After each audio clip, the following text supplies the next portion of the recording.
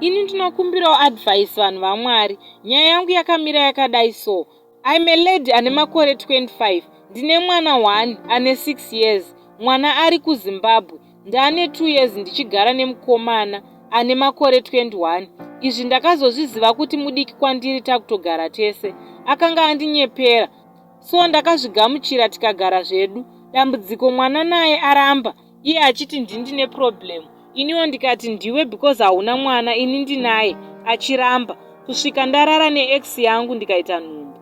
But handina kumuudza. Ndakaibvisa ndinyerere. Then ndakamufosa kuti tiende kwadokta. Ndobva anonzi haazvari.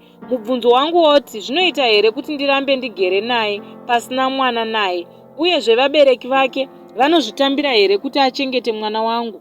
Iye haana. Apa ndiri muhombe futi kwaari. Uye vanobvuma here kumukurudzira kunondibvisira roora. Isu tisina mwana tese. Handigare nemunhu here vakazondidzinga tava kumusha. Ava kunzi andisiye nevabereki vake. Because now tiri kunzi uyai mugare kumusha because ikoko hapana chamuri kuburitsa. Saka tiri kutoda kutoenda.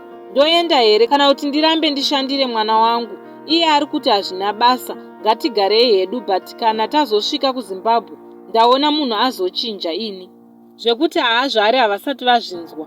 Kuti ndiri mukuru kwaari havasi kuzviziva futi. Chavanoziva kuti ndine mwana but vakatoramba kuti andiroore akatoita nharo achinzisiya munhu ane mwana. Ndibatsirewo please, ndoita sei? Pane imba here apa kana kuti ndini ndichazochema pamberi apo? Takasangana muno muSouth Africa.